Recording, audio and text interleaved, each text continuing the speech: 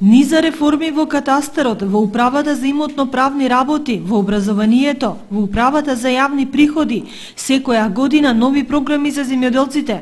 Реформите, кои значат чекор поблиску до граѓаните, се имплементираат и во локални рамки.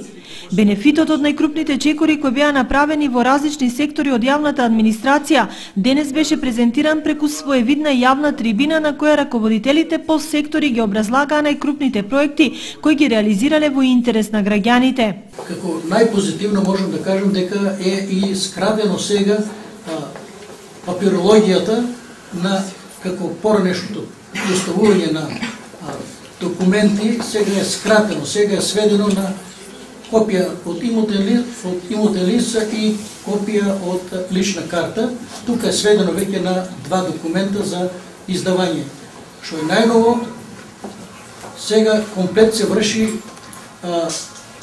евидентирање на земјоделското земјиште, да се уцрта комплет секоја собствена површина која има и која е за субвенционирање и како собствена површина.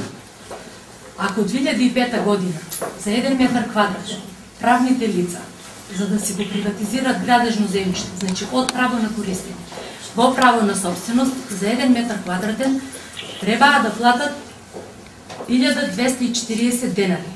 Со измените и дополнувањата на Законот за приватизација на градежно земјиште, цената за правните лица беше намалена, значи од 2009 година на 1 метар квадратен за 245 дена.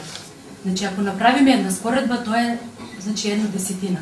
Електронски катастар, вадење имотен лист од општината за која било територија од државата, намалени цени на документите, приватизација на градежното земјиште за 1 евро од метар квадратен, легализација на дивоградбите, низа поволности за земјоделците, легализација на земјоделските машини, низа крупни чекори во образованието со компјутеризација на наставата, е-дневник, се само дел од придобивките кои се имплементираат во изминативе неколку години, а од кои директна корист имаме сите.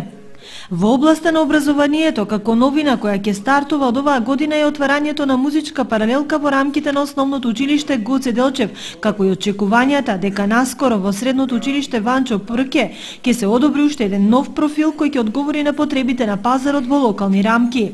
На трибината, актуелните раководители со конкретни бројки ја образложија реализацијата на постапките во одредени